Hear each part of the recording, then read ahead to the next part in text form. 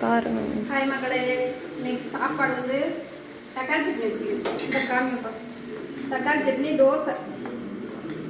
நேற்று வந்து இட்லியா, இன்னைக்கு தோசை. அதனால தோசை தான் கேட்டாங்க. இட்லி வைக்கலாம்னு பார்த்தேன்.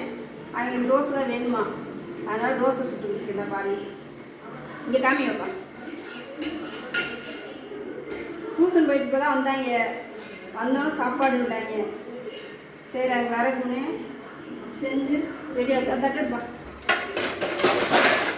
செஞ்சு ரெடியாக வச்சாச்சு. தக்காளி சட்னி, தோசை.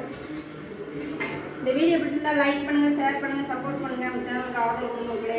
சப்ஸ்கிரைப் பண்ணுங்க மக்களே. சப்ஸ்கிரைபே யாரும் பண்ண மாட்டேன்றீங்க. இந்த பாப்பா காமி தோசை சப்ஸ்கிரைப் பண்ணுங்க மக்களே. லைக் பண்ணுங்கள், சப்போர்ட் பண்ணுங்கள். பாய்.